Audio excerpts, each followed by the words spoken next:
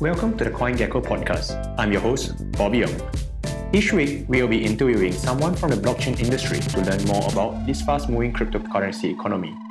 If this is your first time listening, then thanks for coming. The CoinGecko podcast is produced each week to help you stay ahead of the curve. Show notes can be found at podcast.coingecko.com. I highly encourage you to join our newsletter where we send out top news in the crypto industry every Monday to Friday. Come back often and feel free to add the podcast to your favorite RSS feed or iTunes. You can also follow us on Twitter and Telegram at CoinGecko. Welcome to the CoinGecko podcast. For today's episode, we have the honor of welcoming Ruben Bramanathan. Ruben was previously a product counsel and product manager at Coinbase. He is a qualified lawyer and has been involved in crypto since 2013.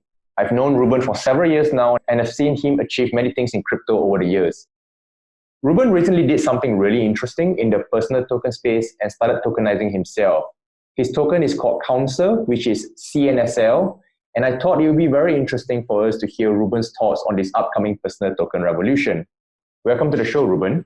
Thanks, Bobby. It's a pleasure to be here. For the first question, we want to know a little bit more about your personal story. When did you first hear about Bitcoin and what got you to move into this industry full-time? Sure thing. I'll give you a quick background, and I promise I won't use the phrase fell down the rabbit hole like almost everyone else does. I first found out about Bitcoin in 2012 through some friends. I was working as a lawyer in Australia, and in 2013, I realized that I was so passionate about this that I had to do something about it. So I asked the partners of the big law firm that I worked at whether we could start investigating Bitcoin and researching and getting ready for the wave of clients that was coming. But they laughed me out the door. So I left and I started a small law firm in Australia with two others. And we were the first law firm in Australia focused on Bitcoin. It's called Adroit Lawyers. And after about a year there, Coinbase was recruiting. And so I came to San Francisco in 2015. I was the first product counsel at Coinbase. I worked on a lot of stuff there early on the exchange, the brokerage, some international efforts, things like margin trading. After a while, they asked me to create the index fund. So I did that in 2018. Coinbase Index was launched in 2018. Ended up being shut down later that year. I bounced around a little, working on some other projects at Coinbase, including the Paradex decentralized exchange after its acquisition. I left Coinbase last year in 2019, and I've been consulting and working with a few different projects in the space since then. You recently tokenized yourself and called your token Counsel, CNSL. What can someone with ownership of CNSL do with it? So one counsel is redeemable for 1 hour of my time as a consultant. And that can be anything from looking into some product and regulatory issues in your company, thinking about the crypto landscape, general advice on, building and scaling a company, anything that I have that expertise in and that's useful to you, you can redeem for 1 hour of my time. And what inspired you to create Counsel? So Counsel was definitely not the first personal token. There's actually quite a history of personal token experiments. I was inspired to create it because I'd seen some other interesting people in the space working on it. And I'd seen a project run by some friends of mine called Saint Fame, which was and is the world's first internet-owned fashion brand. And we can talk more about that later. But the history of personal tokens is very interesting. If you go way back even before cryptocurrency and blockchain, there's a guy called Mike Merrill who sold shares in himself in around 2008. And he has something like 900 investors currently owning his token, which is run in a centralized way. But owners of his token can vote on what he does with his life. Things like whether he should grow a beard, where he should go on vacation, should he stop drinking coffee. So that was an interesting experiment. And then in 2014, Joe Wiesenthal, the TV anchor from Bloomberg Markets, created Stalwart Bucks, which was intended to be his personal token. He made a clone of Dogecoin, its own blockchain. And so you can see the progression from centralized to, decentralized, but in a pretty clunky Dogecoin blockchain kind of way. And then in 2017, it came around in Ethereum, the ERC20 tokens existed. And all of a sudden you could create personal tokens in a much more efficient way. So a guy called Matt Vernon, Dap Boy, was a pioneer in this space, and he issued tokens which were redeemable for 1 hour of his time as a designer. And so since then, there's been a few other people in the space creating personal tokens. And every personal token right now is an experiment. We're all trying to tweak the variables, trying to figure out where the demand is, which models work. But yeah, these are some of the things that inspired me to create Counsel. And you launched Counsel about 1 month back. How has the response been since its launch? Maybe you can share some of the stats for your token so far? Sure. Yeah, so it's been interesting. There was a great initial response. I think what was interesting is just that there's about 18 holders of Council. In the first few days, 10 or 12 people bought Council very quickly. I've had 5 new clients directly through Council, people that have bought the token and then reached out to me to schedule time to chat for a consultation. So I found some new clients. That was probably the most, for me, the most rewarding part of the experience is just connecting with people all around the world, from Spain to Romania to the US, who wanted to reach out and try this as an experiment and to connect with me. So the steps I took to launch the personal token, and these steps are getting easier almost by the day. There's a lot of good work going on with OpenLaw.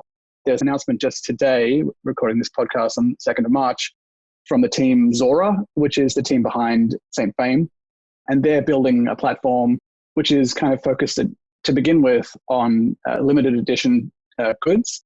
But that space is very adjacent to this space as well, tokenizing output. So personal tokens can represent just about anything. So anyway, the way I created my token was pretty straightforward, just deploying a standard ERC20 contract to Ethereum mainnet. I minted a bunch of tokens. I put them in a Uniswap pool along with some Ethereum, and I set the price initially for the token. I set it around $150 roughly, US dollars per token. But with the Ethereum price curve, that rose over time. The more tokens people buy, the price rises. And then the price of ETH rose a little bit as well. So one challenge I had was actually managing the price so it didn't get too high.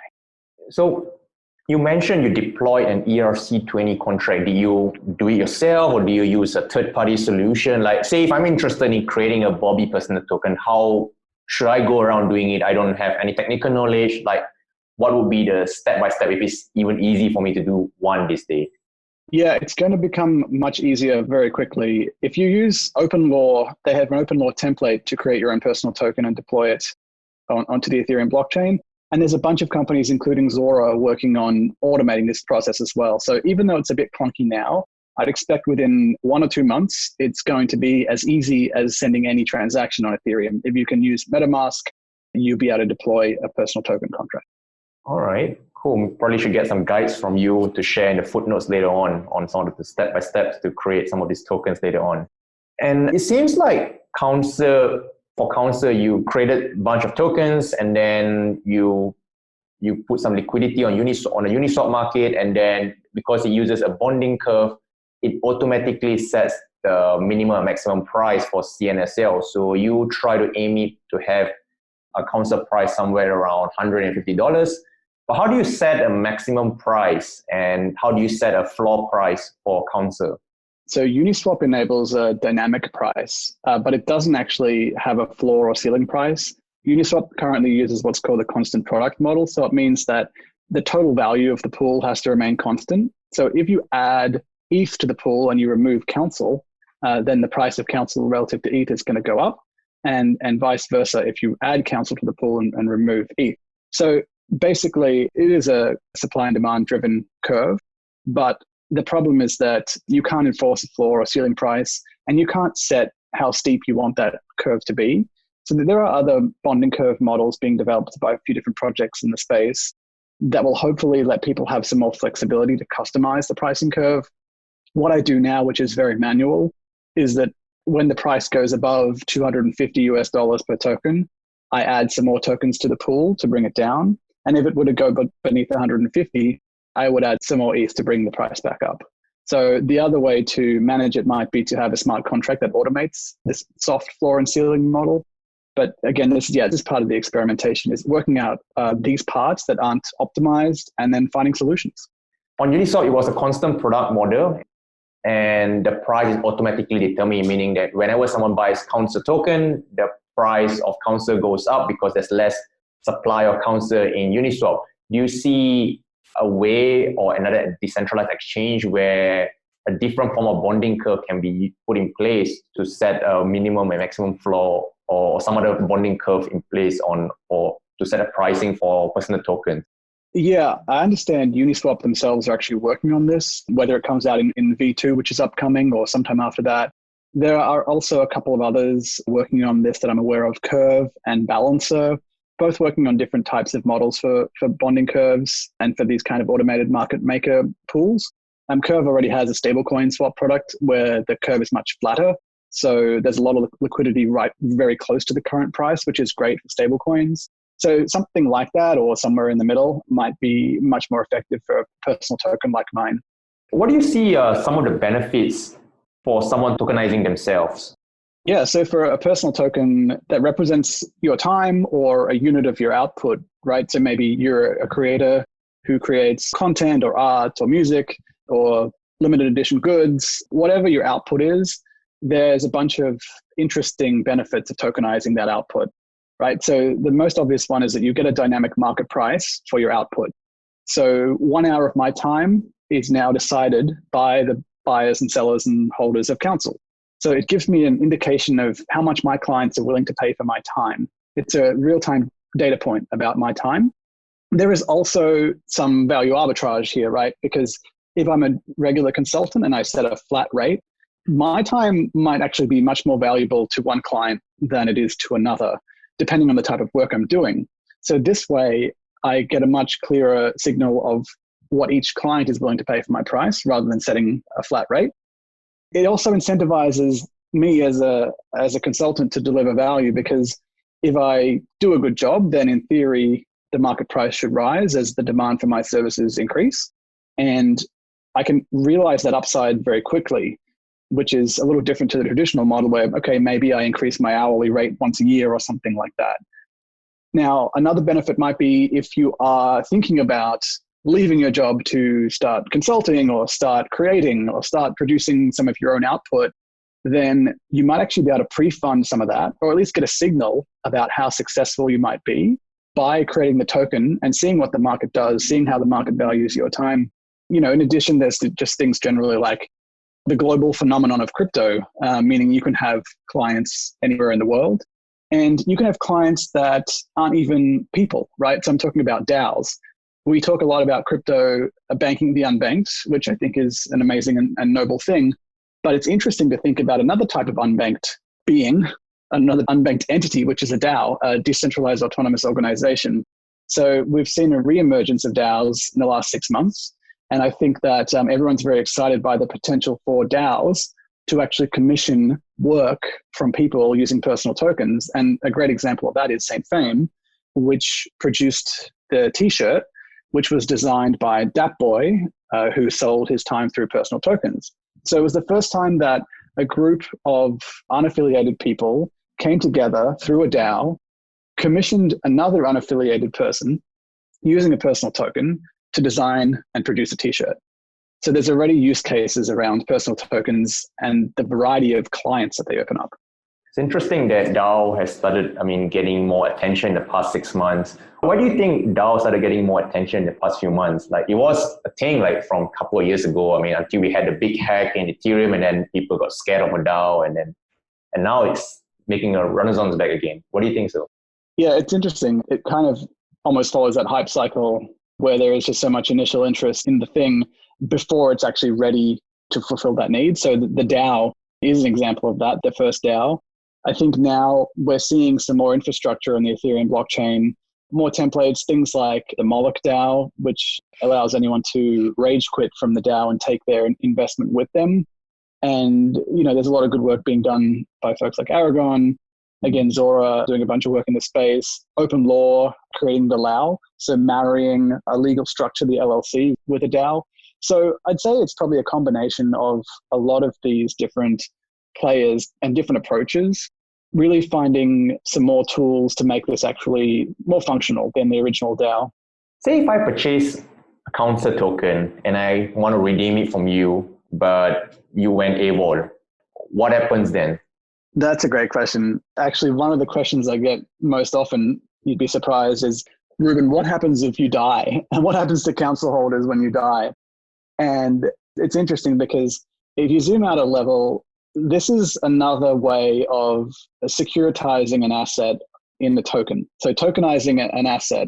And if you think about tokenizing real world assets, it's something that people have been working on for a while. And, there's some early traction maybe in, things like real estate and securities and, gold in a vault, these kind of real world assets it's actually really hard to tokenize them because the legal system is not designed to recognize kind of bearer assets in most of these asset classes. An interesting thing about personal tokens is, yes, there may be some legal recourse. I've put out a terms of service. So any council holder can go to my website, look at the terms of service, and they see what rights they have. In that terms of service, I commit to doing a bunch of things, including, I'll work for any council holder, you have to redeem it, etc. But in reality, it's really my personal brand that's backing the token. So if I go AWOL and I don't honor redemptions, or I say to you, no, I don't like you, you can't redeem a token, then in theory, that information should inform the market, which should reduce the price of my token because I'm not really honoring my commitment. So personal tokens in this case are an interesting example of a token which is backed by a real world thing, right? Like my time, but not really truly backed by any legal obligation. Mm-hmm. Yeah, following on from that, I got an interesting example as well. Say, what happens if I'm an Iranian dictator or North Korean dictator and I purchase Council token and I want to redeem it from you? Are you obliged or not obliged to? Or do you not want to serve like the work to one of these sanctioned countries? Yeah, that's one of the things I've covered in my terms of service. So basically, if it would be illegal for me to do work for you, including because of sanctions, then I won't be able to honor that redemption. So it's a very limited circumstance. If it would be illegal for me to work for you, then I can't do it. But other than that, if I don't like you, I will still work for you. That's the commitment I've made in my terms of service. It's interesting, this issue. It's kind of a thing that kind of overlays a lot of stuff in crypto. And, I think Uniswap themselves a really amazing job for everyone when they actually, and they copped a lot of heat for this, for actually blocking the OFAC sanctioned countries from the Uniswap website. Now, that doesn't obviously stop anyone from using the Uniswap contracts. And also the Uniswap website is totally open source. Anyone can spin up their own mirror or replica of it. But Uniswap themselves blocked these countries. So it actually gives people like me who are creating the pools some amount of protection, knowing that it is actually a little bit harder for anyone in these sanctioned countries to buy my token. True, but yeah, I suppose I can still buy your token if I use one of those Uniswap mirrors, right? From one of these Correct. sanctioned countries. Yeah, all right, cool. What do you see as some of the risks and challenges with tokenizing yourself? Yeah, so some challenges that we've already talked about around, the pricing and making sure that all works. In terms of risks, I think we've touched on them as well. The things like having to work for someone that I really don't want to work for. Thankfully, that hasn't happened yet. I think it's a common question around personal tokens. I think the reality is that the idea that you would be forced to work for someone, at the end of the day, it is your personal brand there. And if you're willing to take that hit to your personal brand, then you don't actually have to do the work, right? So it's, again, that kind of nebulous area between a legal obligation and something that's just enforced by your reputation. And the other kind of question people ask is, well, what happens if someone buys up 10,000 hours of your time and you're forced to work for that person for the rest of your life? The nice thing about the Uniswap pool is to buy that amount of tokens. Well, firstly, there's not that amount of tokens in the pool, but even if they were, it would be a ridiculous amount of money, and I would be a millionaire if someone bought that many tokens. So I think the kind of risks people have at the top of their mind are really things that happen at scale. Maybe they're not things that happen at this experimentation stage. Mm-hmm. How many Council tokens did you mint and how many tokens did you put onto the Uniswap liquidity pool? Yeah, so I've minted about 110 tokens to date. There is a max supply in the contract of 1,000, and I've put 110 into the pool, and people have bought 22, 23, and then sold a few and redeemed a few. So yeah, it's still a relatively small amount of tokens relative to the whole supply. So yeah, it's technically impossible to buy 10,000 of Council tokens for me to hire you for 10,000 for the rest of your life, technically. Yeah, exactly. Besides tokenizing time for work, we also touch upon like some of these Unisocks and St. Fame example where you're tokenizing like 1 unit of output, for example, socks or a t-shirt. What other things do you see people tokenizing for their personal brand, for example? We spoke briefly about this guy who tokenized himself and then not tokenized himself, who made himself like available, and you can vote what should this guy eat for lunch, for example. What other examples do you think someone will do in this personal token revolution?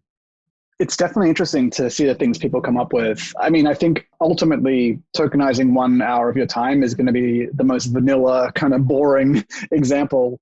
You know, we've seen folks like Tom Schmidt at Dragonfly tokenizing memes. So, you know, you can redeem 1 token for a meme that he'll create for you.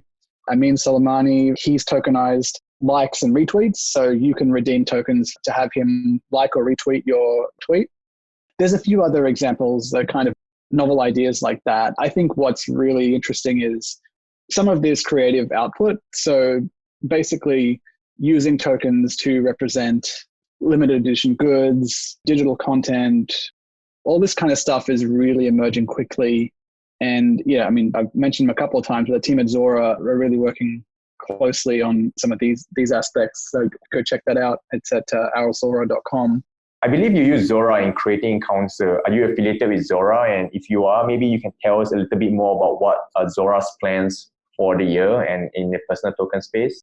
Yeah, I did work with the team at Zora to create my personal token. They're really focusing on a bunch of stuff in the limited edition goods space. And you can go check it out at their website and you can see an interesting model, which is what they call the Yeezy problem, right? So when Kanye releases limited edition Yeezys sneakers, they go for around $200 per pair and then immediately sell for up to $2,000 on the secondary markets. So this is an example where a creator has put out something that's very valuable, very desirable and in demand, but they're not able to actually realize the upside of the thing they've created. So Zora's first product that they've announced is a marketplace where creators can issue a token that represents their limited edition good and then have a dynamically priced distribution, which lets them retain the upside. And it also lets the buyers participate in that upside, right? So early stage buyers who believe in the creator and believe that the good is going to go up in value can actually buy early and kind of participate in that upside as well. So the community and the creator are connected in that way. And it actually enables the creator to really realize the value of what they've created. Do you see any legal implications with launching a personal token? For example, do you see this breaching any securities law in the US, or what are things that you can or cannot do before it starts breaching any securities law in your opinion? So it's always really hard to say with any certainty what the law is, and also very hard to say what regulators like the SEC will think about something like this. Having said that, I think personal tokens and things that are redeemable for some kind of tangible output, whether it's time or a physical product or a digital good or a meme, I think all these tokens have a much better argument that they're not securities than some of the ICOs from 2017. And the reason is that when people buy these things, sure, some of them may speculate in the upside, but there's still a really good argument that people buy these things because they want the things, right? So, you know, people can buy counsel, can buy my time with the expectation that it's going to go up. But in reality, people are buying my time because they want to chat with me. They want my advice. And people are going to buy sneakers, some of them at least, because they want the sneakers. So, you know, when you have this, without going too deep into the Howey test, we're looking at something that people buy without an expectation of profit. They buy the thing because they want to use it. Yeah, it's sort of like a gift card, I suppose. Exactly. It's like a prepaid right. It's, you know, a prepayment for services or down payment on goods. And recently we saw an example, Spencer Dinwiddie, an NBA All-Star, tokenizing his NBA contract. And you called such contract on your blog post income share agreement. There was a lot of pushback from the NBA when Spencer did this. Do you see this becoming more common in the future? This is a bit like a personal token, but seems more like a securities token in my opinion. Yeah, that's an awesome example. I'm a huge fan of Spencer Dinwiddie and what he's pushed forward. And, you know, in spite of some resistance from the NBA, he's managed to create the first version, which is kind of a flat return on his contract, which doesn't have the same equity upside that I think he wanted to create. But because of the NBA rules, he wasn't able to do that. But I think, you know, over time, we're going to see more and more people push these boundaries. And I think this is an example of what Chris Dixon calls outside-in innovation versus inside-out. So it's something that happens at the fringes. It's not something that's created by a big tech company or a big content producer. It's something that happens at a community level where people realize that they can actually have a better outcome for themselves by trying some of these innovative things. So I think we're not going to see the NBA turn around and say, okay, players can tokenize themselves. And we're not going to see Google start to create templates for, personal tokens or anything like that. But it's going to be at the fringes. It's going to be a community-driven movement that actually pushes things forward. Yeah, I remember when I was studying university, I was dead broke, and I always thought like if there was a cool way for me to borrow some of my future income stream for me to spend on parties when I was in university, that would be pretty cool. Like adding something like the Spencer's income share agreement contract would be pretty cool for me to get some of these funds upfront to spend on in university. But yeah, I mean, it's still pretty hard to do any of these things. A lot of them touches on securities law. But yeah, I'm looking forward to the future when things get easier. Totally. There are some examples in, things like Lambda School, ISAs, a model where students don't have to pay the cost of tuition until they earn a certain amount of income post-graduating. So there are plenty of examples of larger organizations outside of crypto starting to do this. It exists in some universities as well. I think true ISAs are really interesting. And I say true in the sense that there is unlimited upside for the investors rather than, it's repaying a loan. I think we're going to see some more of that. It gets interesting because personal tokens are a potential solution to the ISA enforceability problem, which means an income sharing agreement is great, except how do the investors know that the person that they invest in isn't going to go run off somewhere and basically never pay them back? But if the person who the investors invest in starts to issue personal tokens for their output, then you can imagine a world where it's pretty simple to create a smart contract that returns the value of that token directly to the ISA investors. So let's say I issued an ISA token, a different token to my council token, but the ISA token automatically gets 10% of any sales of council, and I can make that enforceable through a smart contract directly. So there's some interesting things you can do there to enable ISAs using personal tokens. Very interesting, actually, creating an ISA on top of your council token. So there's also this other company called Roll that's been creating tokens. They call this social money, and they've been getting like community leaders, like podcasters and all to create tokens. But they mainly use it as a way to drive engagement among the influencers, community members. What's your take about Roll's approach? Totally. It's a slightly different approach to the individual personal token. But social money I think it's a really cool phenomenon where it represents, ownership or membership of a community, right? And so you can participate in that community by engaging with this token. So I think it's a different approach to personal tokens, but it also is similar because it's a way that different value systems can be bridged. Different communities can have their own, value systems. And between the communities, if they can agree on something like community tokens, community money, that enables them to collaborate and coordinate in different ways. So it's another example of this is something that Simon de la Rouvière has been thinking about for a while. And recently, we were talking about the idea that a gratitude token might be another form of personal token. So it's a token that you give away instead of sell, but you give it away to someone who you recognize for a favor that they've done for you or something that you're grateful for. It could be used to signify your appreciation of what they've done for you, right? Maybe someone's reviewed a blog post or taught me how to take out a flash loan, something like that. And I can give them one of my gratitude tokens. And it's maybe doesn't cost me very much, but now that person has one of my gratitude tokens, which signifies that I recognize them as someone who has some value or some value to contribute and someone that I'm grateful for. So it's a way to actually show that anyone who has value to contribute can be recognized for that without actually economically paying them for that. But over time, that person might build up a portfolio of gratitude tokens from different people, which will signify that, either they've done a bunch of favors and they're a very kind person, or they've got some, special skills or some combination of those. So when you have gratitude tokens, then you might be able to build like a social graph, and you might be able to establish a reputation system based on gratitude tokens. So there's a bunch of interesting aspects to personal tokens other than just, time or output.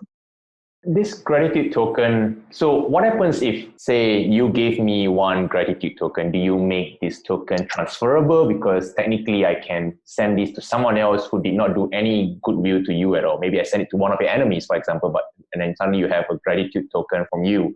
And do you think it'd be better to represent this gratitude token as an NFT instead, since it doesn't really have any value? You can't redeem it for anything else? Right. So there's a few different ways you could do it. And one way is to have the gratitude token on a bonding curve.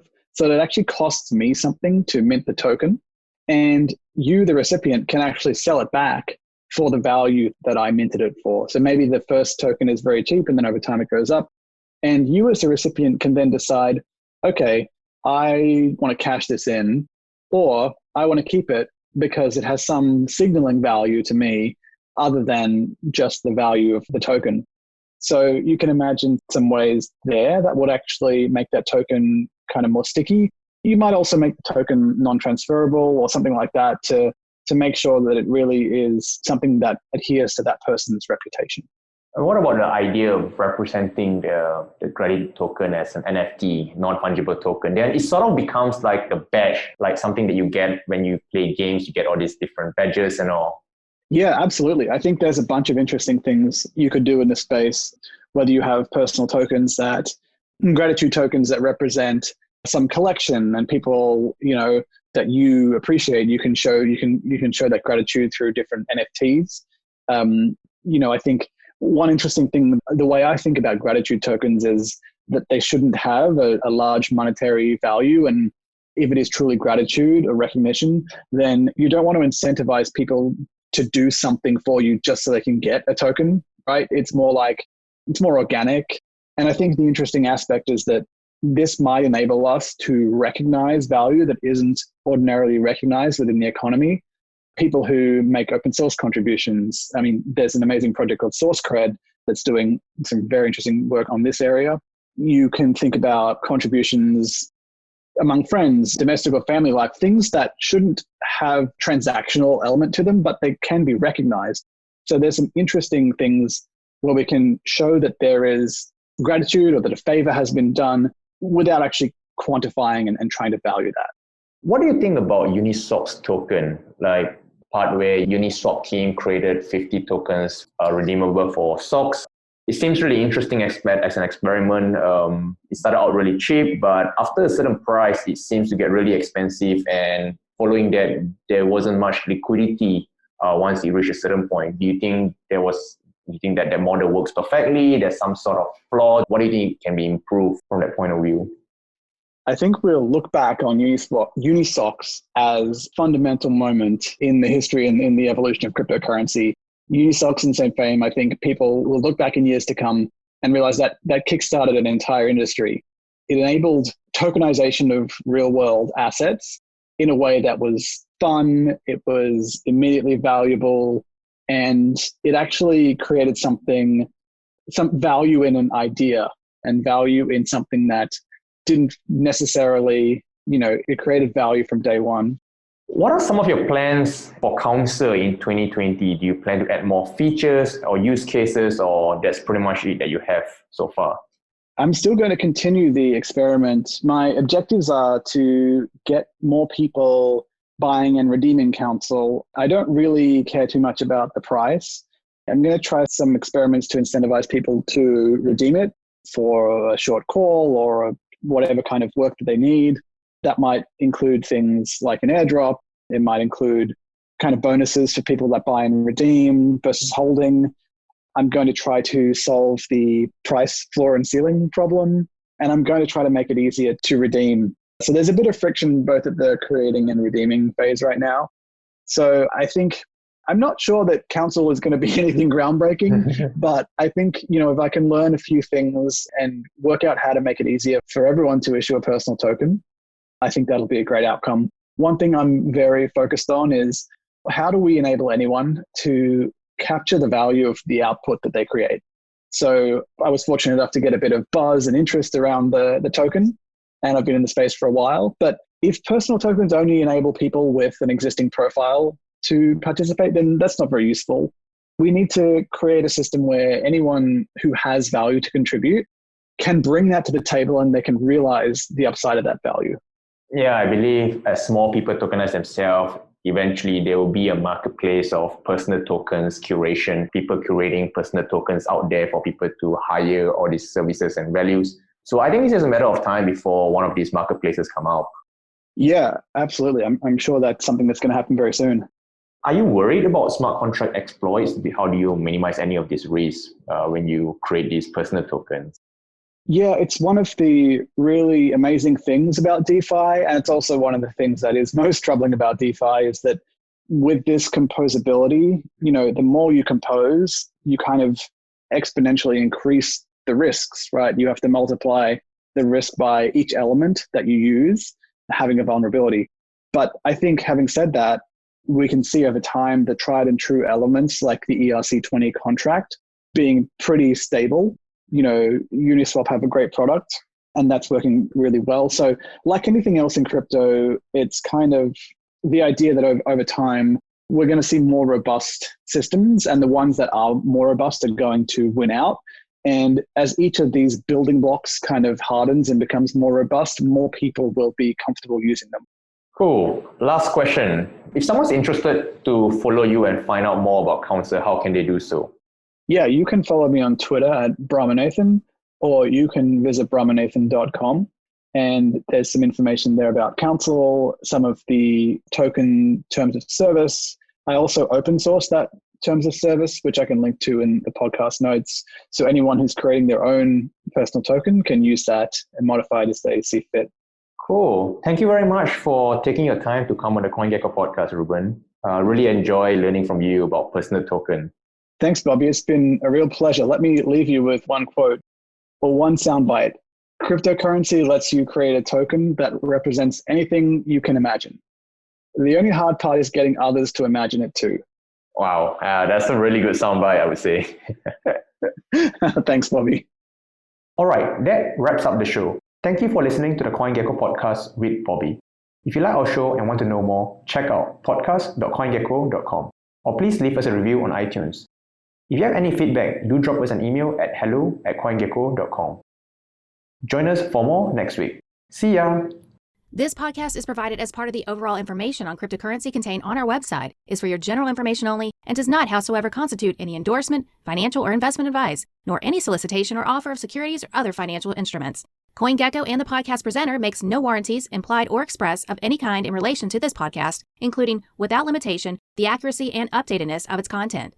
All opinions and recommendations therein the podcast are based on the personal opinion of the presenter. Please conduct your own research and procure professional advice should you, at your own risk, decide to howsoever invest or trade in relation to the content contained in the podcast.